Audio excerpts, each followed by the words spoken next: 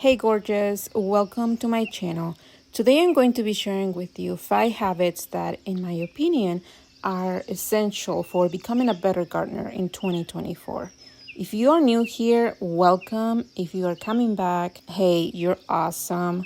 I garden in central Indiana. Now we are in a zone 6, formerly 5, and I document pretty much everything that I do regarding my garden, my small urban garden that is, and whether you just discovered your love for gardening or you're trying to get better at not killing every plant that you touch. Believe me, we have all been there. I hope that this video helps you in some way.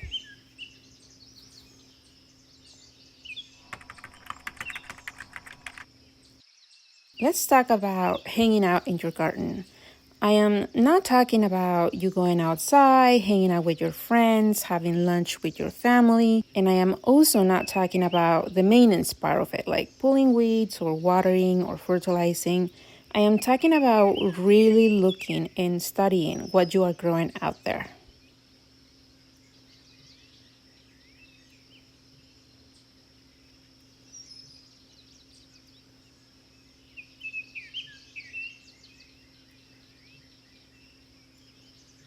Make it a point to every day take a little time to observe in your garden. Grab your morning coffee or evening tea and just wander around. Look at your plants and really look at them. How are they doing? Are they standing tall and green, or are they looking a bit droopy and sad? Is something eating them? Notice small changes. Maybe there is a plant that's not getting enough sun, or there is a sneaky bug making a meal out of your veggies. By catching these things early, you can save your plants a lot of trouble.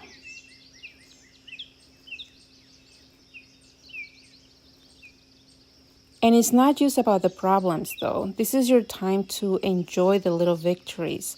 That flower that finally bloomed, or the tomato plant that's just starting to sprout little green tomatoes. I know you know that feeling. It's all part of the gardening life. So maybe this year you get to make your garden visits a daily ritual or twice a week ritual, whatever works for your normal routine. It's kind of like checking your phone in the morning, but way more refreshing.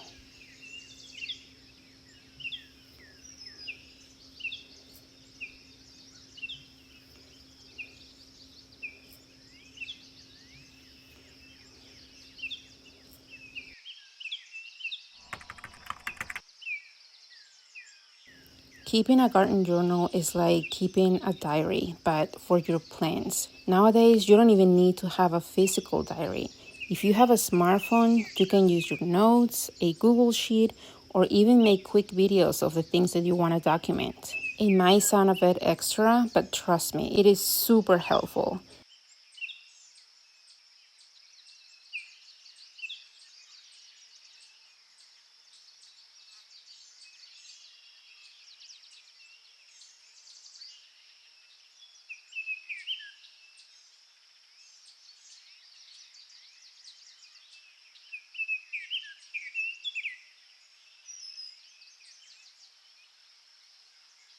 Start with the basics, what you planted, where and when. This helps me a lot, especially when I am starting seeds indoors to help me remember when I started those seeds the year before and if I need to do anything different for those seeds this coming year. As you go along, write down notes about how each plant is doing. Is it growing well or is it struggling?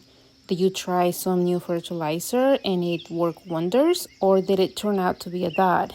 Write it all down. It's like keeping a score in a game. It helps you to know what's working and what is not.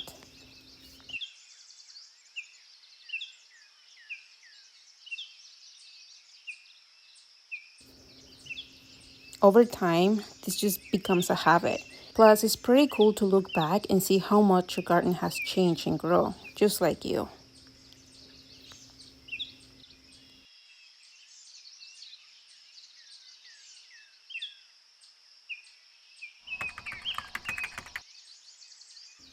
Watering your garden is a bit of an art form.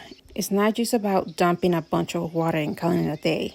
Some plants may enjoy that much water all at once, but others are just not going to like it. Getting to know what each plant likes is key.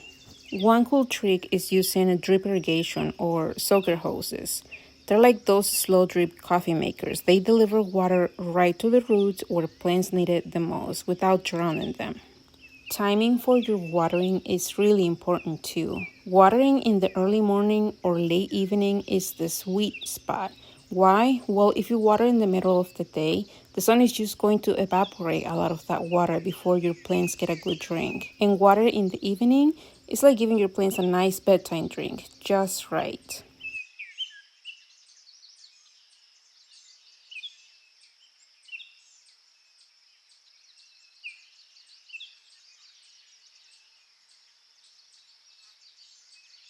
Regardless of when you decide what time of the day works better for you to water, the big thing here is to watch and learn from your plants. They'll tell you if they're getting too much or not enough water. It's all about finding that perfect balance.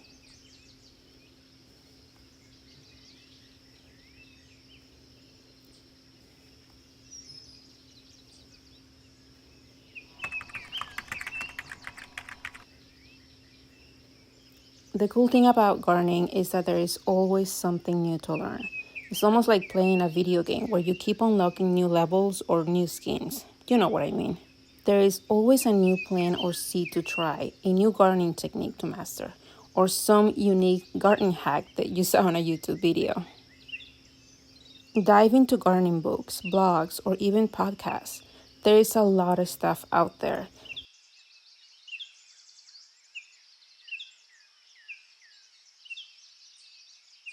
And it's not just about reading or listening. Try some of that stuff out. Experiment. Maybe you'll find a new way to grow your tomatoes or a trick to keep the pests away. Also, don't be shy to join a local gardening group or go to a workshop. You get to meet other gardeners, swap stories, and share advice.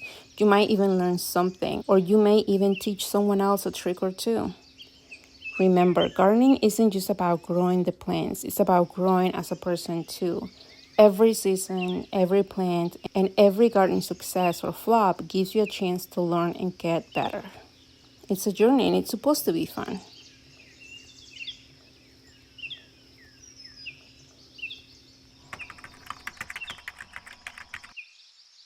Plants and seeds have their own schedule and they're not in a rush. And if you don't believe me, just ask anybody that's growing lisianthus right now. And that's a good lesson for us too. Take the time to really be in your garden. Feel the soil in your hands, smell the flowers, take a bite of those tomatoes. Gardening is a great way to slow down and take a break from our crazy, fast-paced, instant world.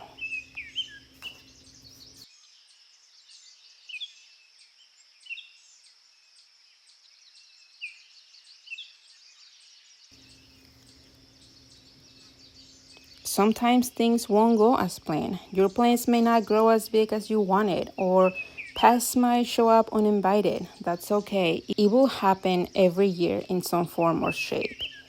What do you think? Do you agree with one of these or two? Thank you so much for hanging out with me in my little green corner of this world.